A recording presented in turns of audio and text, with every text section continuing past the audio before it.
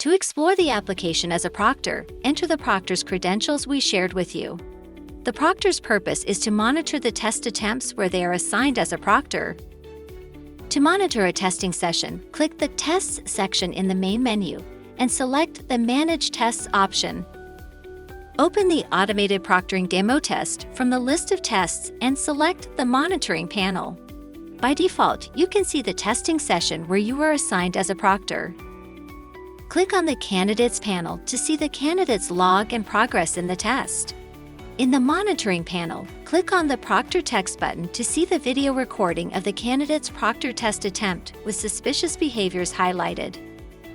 Hit the play button to see the recording and switch between the screen and web camera preview based on what you want to examine. Skip to the red and reddish parts of the timeline to see the moments when the system recognized suspicious behaviors like the absence of a human face in front of the camera and many more. Give positive or negative feedback based on what you saw. To explore the application using other security roles, check out the other instructional videos we shared.